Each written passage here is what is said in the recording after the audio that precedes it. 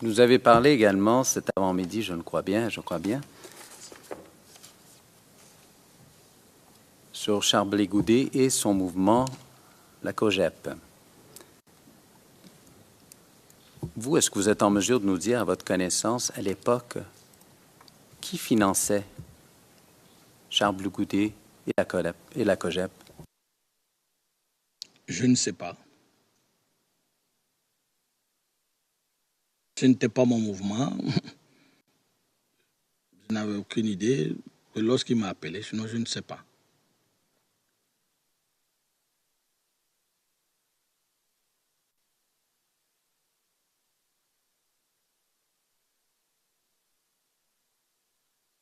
Alors, Monsieur le témoin, je vais, encore une fois, vous rafraîchir la mémoire à ce sujet. Et je fais référence au transcrit 0062 0574, qui se trouve à l'onglet 4.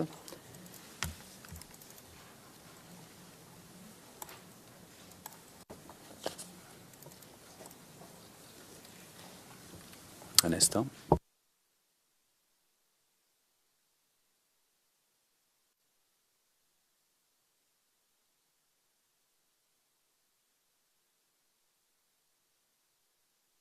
Et je vais faire référence à la page 0594 dans un premier temps et 595 aussi, si on pourrait afficher 594 pour les témoins, en commençant par la ligne 708.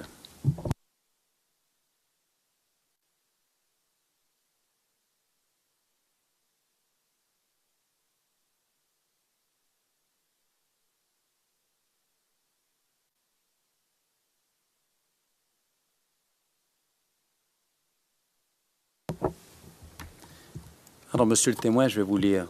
Vous êtes aussi en mesure de suivre pendant que je vous lis, mais à la page 0594, ligne 708, intervieweur 2, et la question, je cite, « Est-ce que vous êtes au courant un petit peu, sans qu'on parle de COGEP et Blé Goudet, puis sa COGEP, les moyens qu'ils utilisaient pour atteindre leur but? » Là, c'est 710. Alors, c'est vous-même. Et je vous cite, « Oh, mais Blé Goudet, je vous dis que Charles Blé Goudet, c'est le fils du président Laurent Gbagbo. » Intervieweur, 713, je vous cite, « Le président donne les moyens. » Intervieweur, oui. 715, et je vous cite, « Et puis, on avait les DG, les grosses structures comme le port, le DG Marcel Gossiot. Bon, c'était le fils du président, donc toutes les personnalités savaient, lui, qui est. Il voit le président quand il veut, où il veut. Donc tout le monde, il avait les moyens, il avait un cortège, il avait toute une armée qui l'accompagnait, et c'était le grand patron, c'est le grand patron quand même.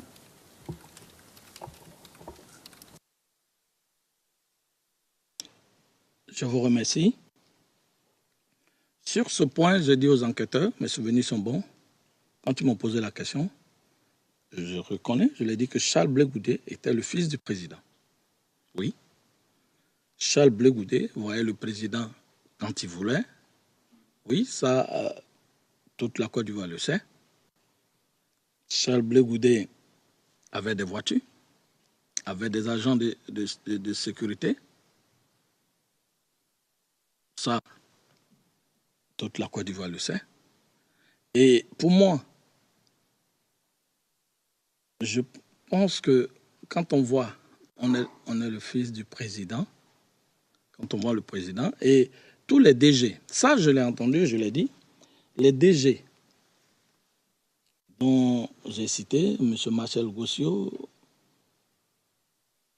qui étaient tous des frères et des amis du président Laurent Gbagbo, des collaborateurs, qui savent que Charles et le fils aimé politiquement du président Laurent Gbagbo le soutenait.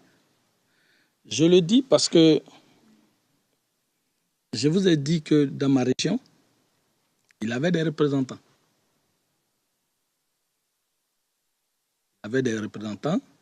J'ai cité le jeune frère Gougon Guillaume, j'ai cité Bayrick et autres.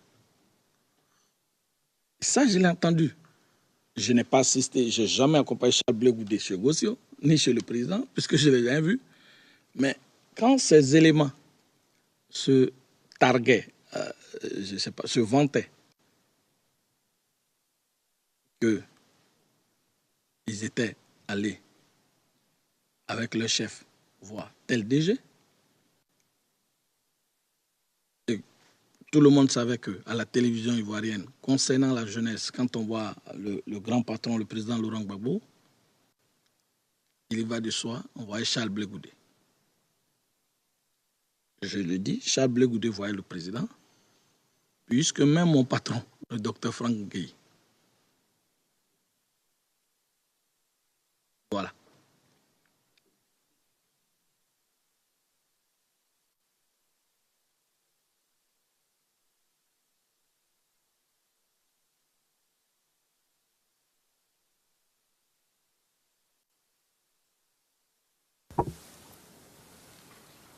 Juste une question. Vous avez parlé de Marcel Gossio. Il s'agit de qui au juste?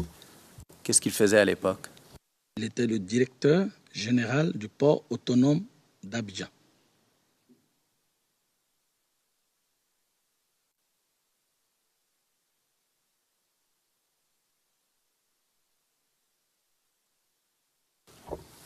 Vous avez dit les autres. Est-ce qu'il y avait plus qu'un DG qui appuyait également ou est-ce que c'était simplement lui? Monsieur le Président.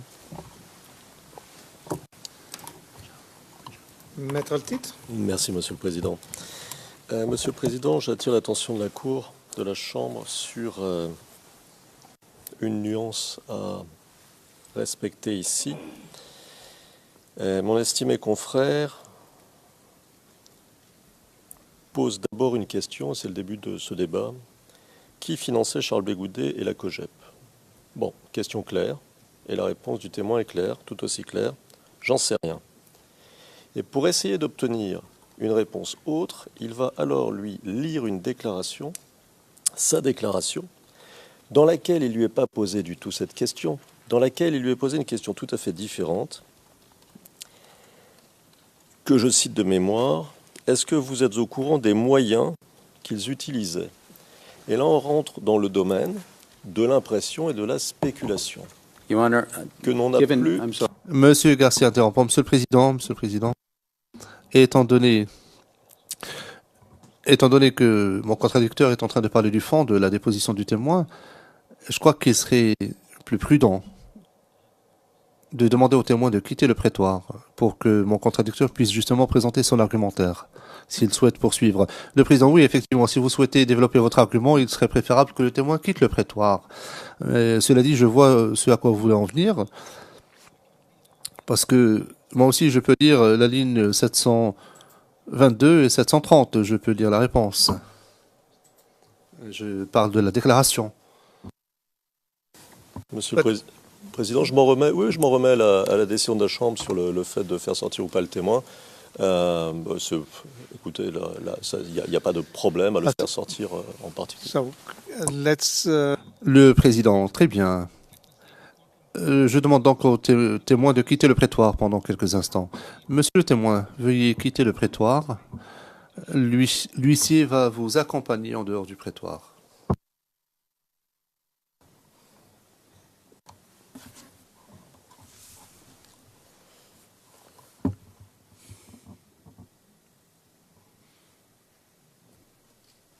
Maître le titre, although...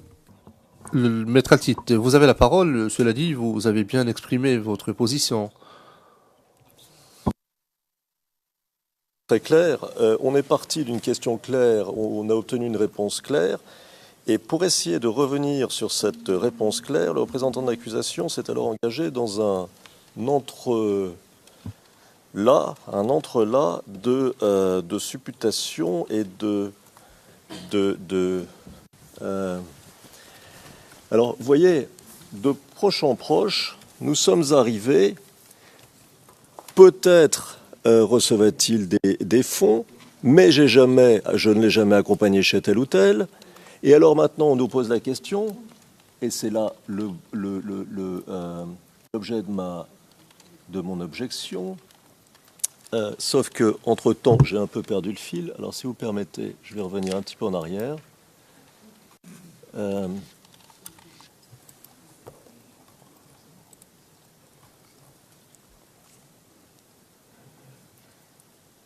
Voilà. Vous voyez, Monsieur le Président, Madame, Monsieur, page 79, ligne 2, à la question du représentant de l'accusation, qui était Gossio, il répond, il était le directeur général du port autonome d'Abidjan. Bon.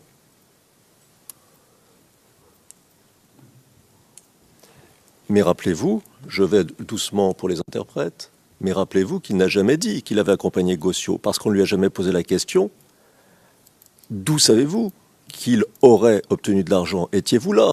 Qui vous l'a dit? Personne n'a jamais fondé quoi que ce soit. Et donc sur des supputations et sur des impressions, on en vient maintenant à la question suivante.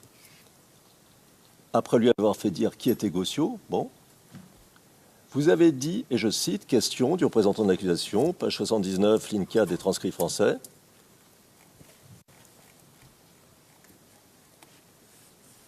Et je cite, vous avez dit les autres. Est-ce qu'il y avait plus qu'un DG qui appuyait également ou c'était simplement lui? Fin de citation. Et maintenant, on est passé tranquillement à la certitude qu'il y avait au moins un DG, peut-être d'autres, qui les appuyaient. Voilà. Alors, de supputation en supputation, en avançant tranquillement dans le domaine de l'impression, on a quitté toute certitude et on peut tranquillement demander au témoin qui n'a jamais dit ça, est-ce qu'il y avait d'autres DG, directeurs généraux, qui appuyaient, c'est-à-dire finançaient Charles Blé Goudet? Mais est-ce qu'à un seul moment, le témoin a-t-il dit qu'il savait de sources sûres? Est-ce qu'on lui a demandé comment il le savait? Est-ce qu'on lui a demandé de donner des éléments permettant de recouper? Rien, supputation totale. Et alors, nous sommes arrivés au terme de ma démonstration. On est parti d'une question: qui finançait Charles Blé Goudet et la COGEP? Réponse: j'en sais rien. Pour lui faire dire, malgré lui, puisqu'il a dit j'en sais rien, pour lui faire dire, après avoir navigué tranquillement sur les eaux de la supputation, que des DG avaient financé, alors que le témoin a bien précisé que jamais, jamais, il n'avait accompagné qui que ce soit, et en clair qu'il n'en savait rien. Alors que l'on pose de vraies questions: pourquoi, comment, à quel moment, avec qui? Et on aura des vraies réponses. Mais tant qu'on ne fait pas ça, ce n'est pas un questionnaire. Et je fais objection, c'est bien le moins que je puisse faire. Mais Monsieur le Président, je crois qu'il est temps que la Chambre intervienne.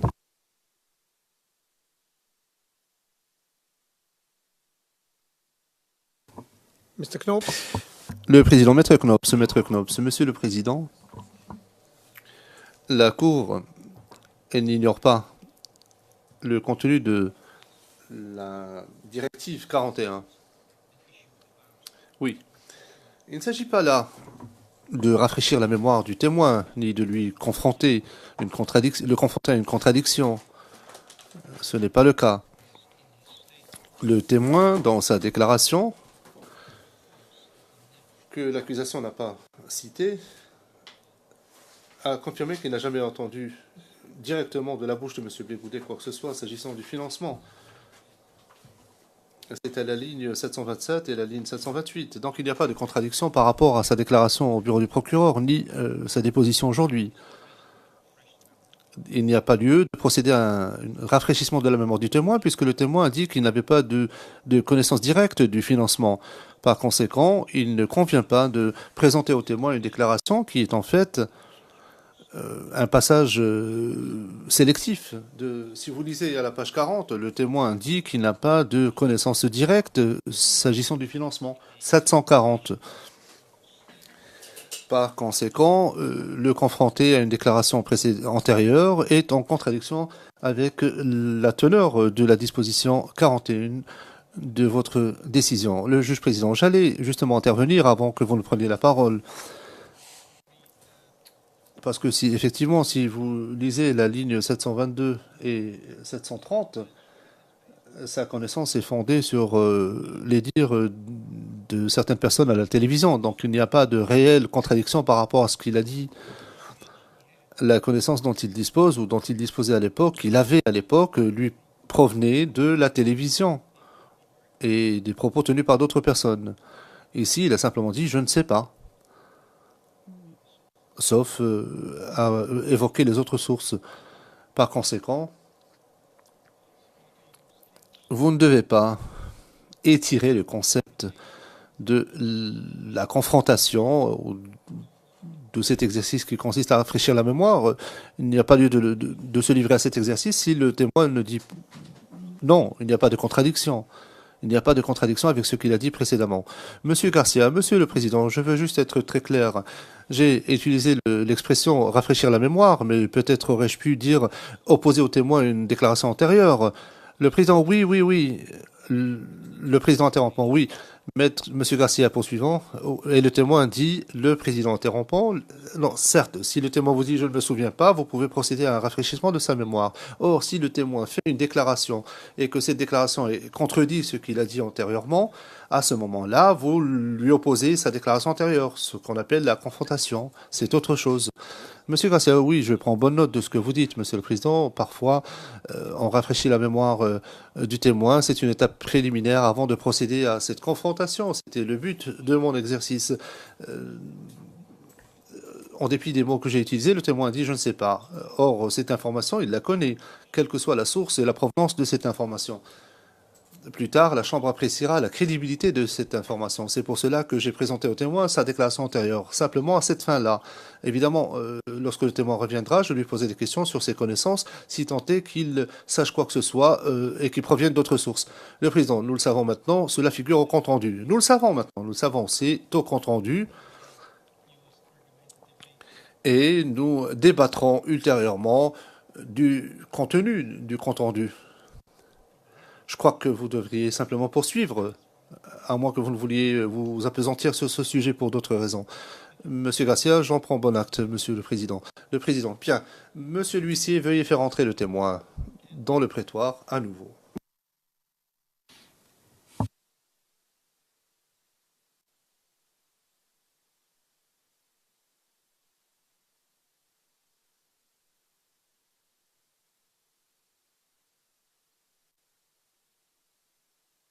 I can use it. No, I can't because he's coming. Je vais saisir... Non, je ne vais pas profiter de cette... D'accord, le témoin arrive.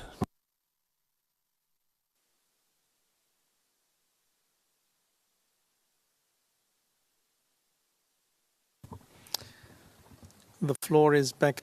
Je redonne la parole à Monsieur le procureur, Monsieur Garcia.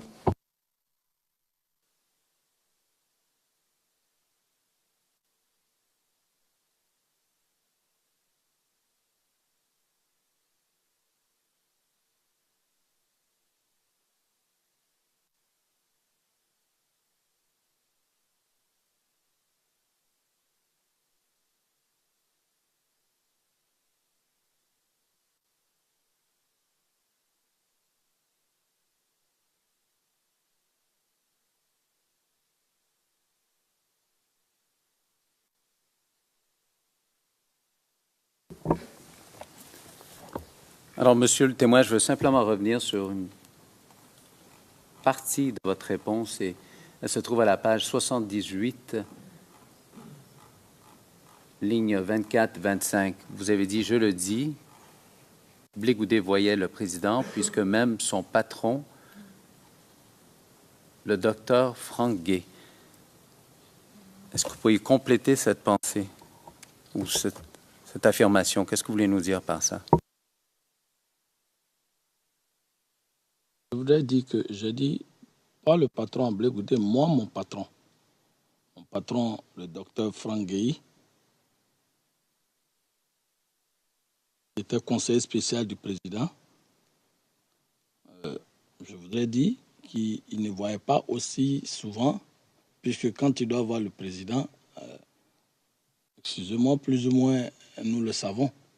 Il nous dit, j'ai rendez-vous avec le grand chef. Hein, je vous ai dit que Blé Goudé avait accès au président plus que mon patron, juste cela.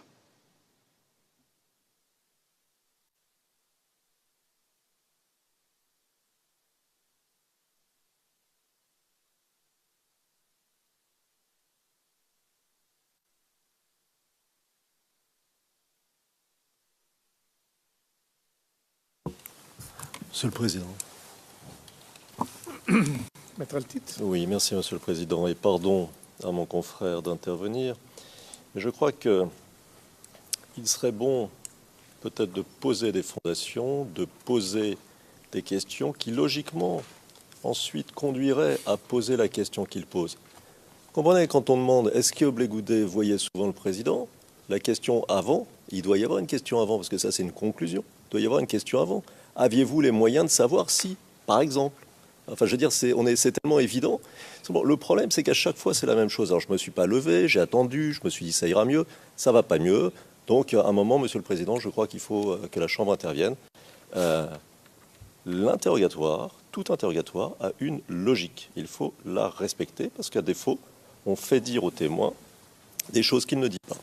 Et en plus, accessoirement, on rend absolument incompréhensible pour les juges et pour les parties après la possibilité de se faire une opinion sur ce qui s'est passé, sur ce qui s'est dit.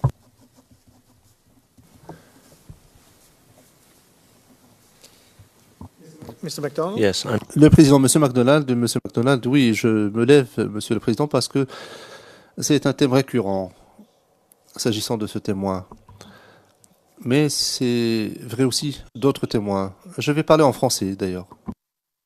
non, nos questions ne visent pas à faire dire quelque chose au témoin qu'il ne veut pas dire. Et je crois que ceci est très clair dans les réponses que le témoin donne. I will now switch back to English. Je repasse à l'anglais. Donc, Monsieur le Président, Maître Altit intervient régulièrement pour interrompre notre interrogatoire en affirmant tout le temps qu'il devrait y avoir des questions préalables. Nous menons notre interrogatoire comme bon nous semble. La défense aura l'occasion de poser ces questions et à ce moment-là, ils pourront revenir sur ces questions. Mais si nos questions ne sont pas précédées d'informations préliminaires, eh bien, les questions n'auront pas, ou les réponses n'auront pas de valeur probante. Et c'est nous qui en paierons les conséquences au moment de l'appréciation des faits. C'est un choix que nous faisons, c'est à nous qu'incombe la charge de la preuve, après tout. Je demanderai à la Chambre de bien vouloir rejeter cette objection et rappeler à Maître Altit que nous menons notre interrogatoire quand bon nous semble, dans les limites évidemment de la décision relative à la conduite de la procédure et les instruments que la Cour a mis à notre disposition. Je vous remercie, le juge président.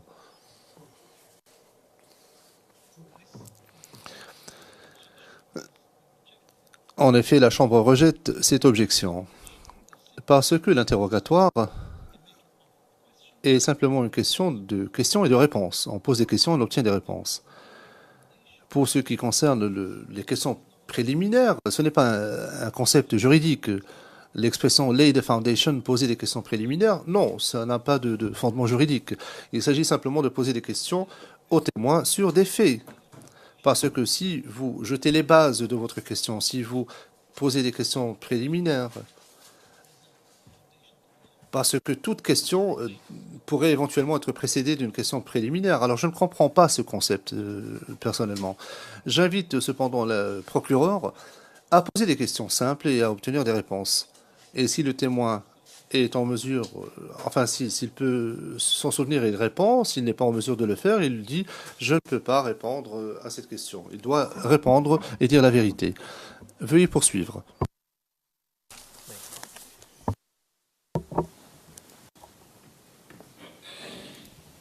Alors, Monsieur le témoin, vous nous avez dit, mais je vous l'ai dit à la page 85, ligne 7, ligne 6 à 8, mais je vous l'ai dit que Charles Blé Goudé avait accès au président plus que mon patron juste cela. Comment est-ce que vous faites pour le savoir qu'il avait plus accès au président, plus que votre patron, M. Franguet? Mon patron, le docteur Franguet, j'avais cette chance que chaque fois qu'il devait voir le grand chef, plus ou moins, puisque nous étions tous les jours ensemble, il me le disait. En majorité. Mais quand je sais que dans 1 mois, 2 mois, 3 mois, je lui demandais souvent, mais quand il y avait des missions, est-ce que tu as vu le chef, tout ça? Il me disait, non, je n'ai pas encore pu, j'ai demandé une audience, ils vont me rappeler, le chef est occupé, mais je le verrai, parce que je dois faire le point de ça, de ceci, qu'est-ce que tu en penses? Est-ce que tu penses que le nombre de maternités... Bon, puisque il me posait des questions pour avoir plus ou moins mon avis. Ça veut dire que ce n'était pas régulier. Or, c'est ce qui m'a permis, dans ma tête, de me dire, à chaque occasion, je dis bien politique qui concerne, la jeunesse, qui concerne tout ce qui a trait à la politique, si la majeure partie des cas où le grand patron était là, le président Laurent Gbagbo était là, envoyé Charles Blé Goudé. Voilà.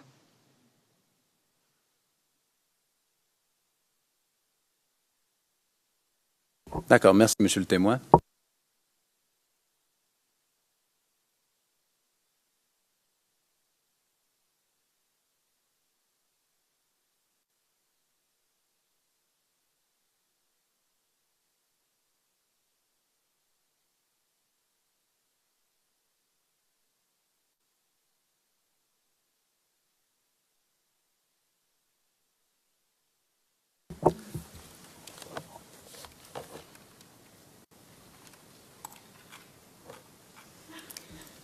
Monsieur le témoin, à votre souvenir, est-ce qu'il y avait des plaintes dans l'entourage? Est-ce que les gens se plaignaient du fait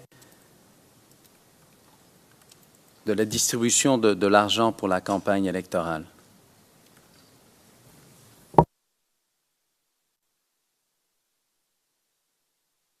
Je ne saisis pas bien la question, s'il vous plaît. Est-ce que, à votre connaissance, vous avez su à un moment donné qu'il y avait des plaintes, que des gens se s'étaient plaints dans le milieu de M. Charles Blé Goudé concernant la distribution des sommes de l'argent justement pour la campagne électorale?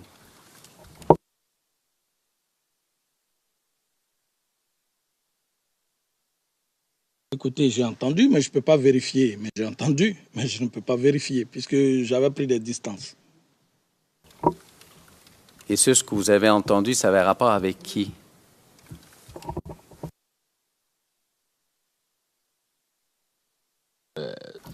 Ça avait rapport avec d'autres leaders.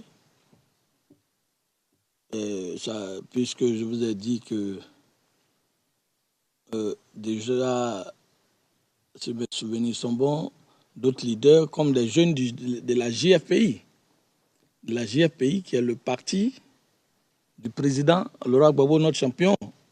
Parce que ceux d'abord, ils n'ont pas apprécié, ça je l'ai entendu, le fait que le choix du patron se soit porté, du président se soit porté sur Charles. Ça je l'ai entendu. Et ils ont d'autres aussi, j'ai entendu, je le dis, je n'ai pas vérifié, je n'étais pas, aussi que ça faisait qu'ils se sentaient peut-être lésés.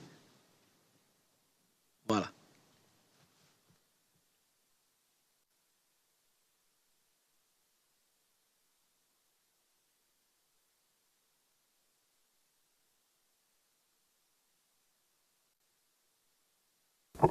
Et lorsque vous mentionnez d'autres leaders des jeunes de la JFPI, vous faites référence à qui? Évidemment, la JFPI, il y avait Damana Dia Picasse, il y avait Konaté Navigué. Ça, c'était la JFPI, le parti du président Laurent Gbagbo.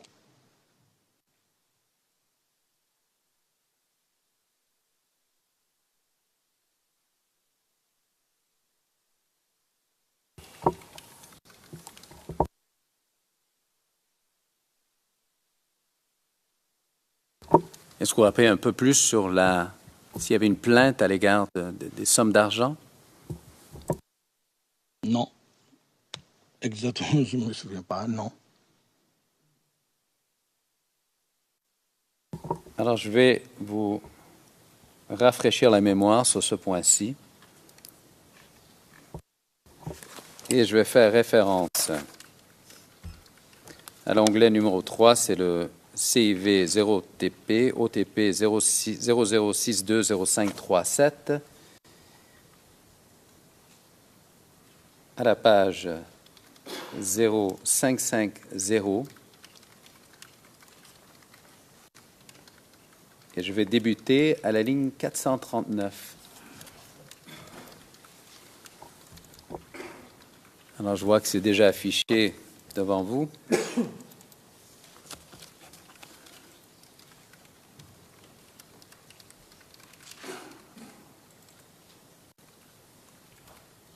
Alors, je vais aller à la ligne 443. C'est vous-même qui parlez, je vous cite. « Je me souviens, il y a eu un meeting à Man où le Koua Justin, celui qui est là aujourd'hui, ils sont venus à Man. C'est moi qui suis allé voir le ministre. Koua Justin est venu avec Gaudé Alain, le fédéral de jeunesse, Gaudé Alain. Il l'a fait venir. C'est moi qui suis allé voir le ministre Bleu l'aîné. Ils étaient à l'hôtel. Ils n'avaient même pas les moyens de demander 100 000. Et le ministre m'a donné de l'argent et je suis venu. Je leur ai donné 100 000 francs CFA. Intervieweur 1. Naviguer Konaté et Koua Justin, ils se plaignaient de quoi? Ils se plaignaient que les... Vous-même, je vous cite bien. Intervieweur 1. Tous les moyens étaient donnés, et je vous cite, à Blé. Intervieweur à Blé et que vous-même vous dites oui. Intervieweur, lui, il distribuait pas ça pour eux, pour qu'eux, ils puissent faire la campagne aussi. Vous-même, voilà.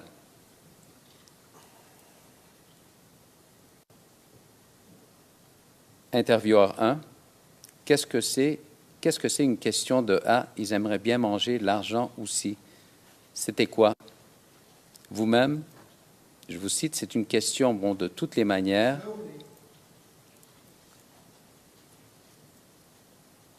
De toutes les manières, il faut appeler un chat.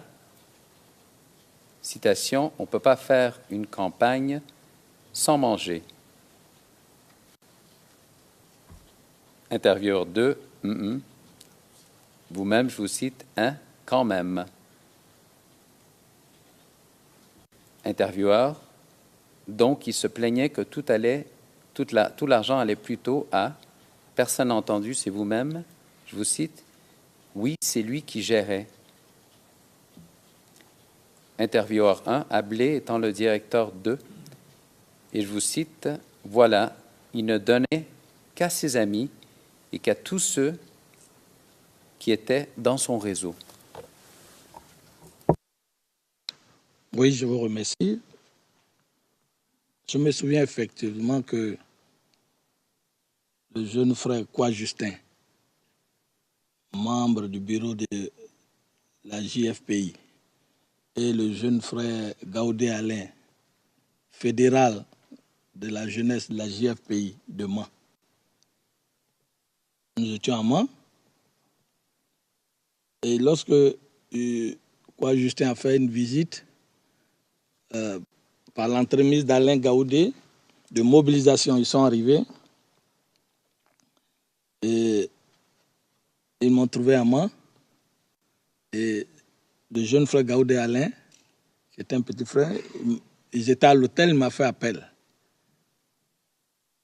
Ils m'ont dit, ils m'ont demandé à moi des sous. Je leur ai dit, écoutez, moi je n'en ai même pas, puisque comme vous le croyez. Je dis, mais attendez, vous ne pouvez pas me dire que vous venez en mission, surtout pour le chambrer. Quoi, toi, JFPI, secrétaire national, parti du président, et tu n'as pas un radis, tu me demandes des sous. Et il dit non, nous, on n'a pas, et que c'était Blé qui gérait, qui avait tout l'argent qui gérait. J'ai dit, mais la GRPI, Damana, c'est des détails, tout, c'est vous. Il dit non, nous, on n'avait pas assez à ça. Mais là où nous sommes venus, on a des sérieux problèmes, on n'a pas de sous et on voudrait que tu nous aides. Je dis, bon, restez à l'hôtel, je vais aller voir. Puisque vous êtes venus dans le même objectif, dans le cadre de la campagne du président Laurent Gbagbo, je me ferai fort d'aller voir le DDC, puisque mon patron Franck Gueye n'était pas là, et de lui exprimer votre vœu. Je me suis rendu pour voir le ministre Gilbert Bleu-Lenné, pour lui dire, écoute, monsieur DDC, on a des jeunes de la GRPI, leaders qui sont arrivés pour une mobilisation et qui ont des petits soucis, qui aimeraient un peu qu'on leur donne un coup de pouce. Et le ministre Gilbert Bleu-Lenné m'a remis la somme de 100 000 francs. Je suis retourné les trouver et je leur ai remis cette somme. Ils étaient très contents et nous nous sommes séparés.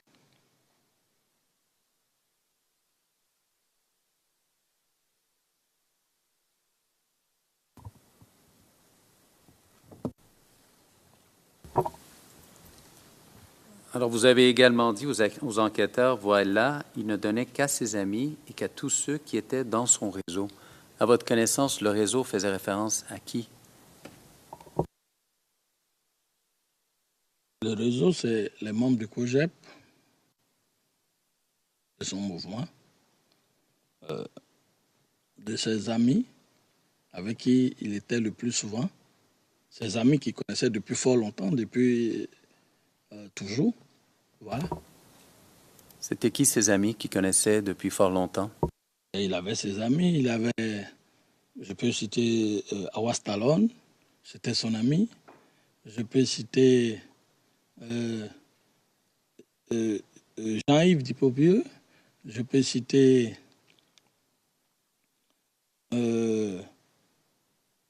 Annie Tchele. Je peux citer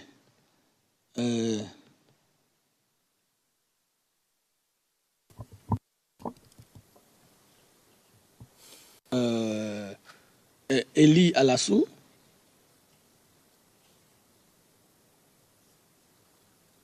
Je peux citer Idriss Ouattara. Voilà, c'est ceux qui me sont restés en tête. Hein. Oui. I see your time, Your Honor. Thank you. Monsieur Garcia, oui, je vois l'heure qu'il est. Merci. Le président, très bien. Nous allons lever l'audience, mais je dois m'adresser à monsieur le procureur maintenant. De combien de temps est-ce que vous pensez encore avoir besoin pour achever votre interrogatoire?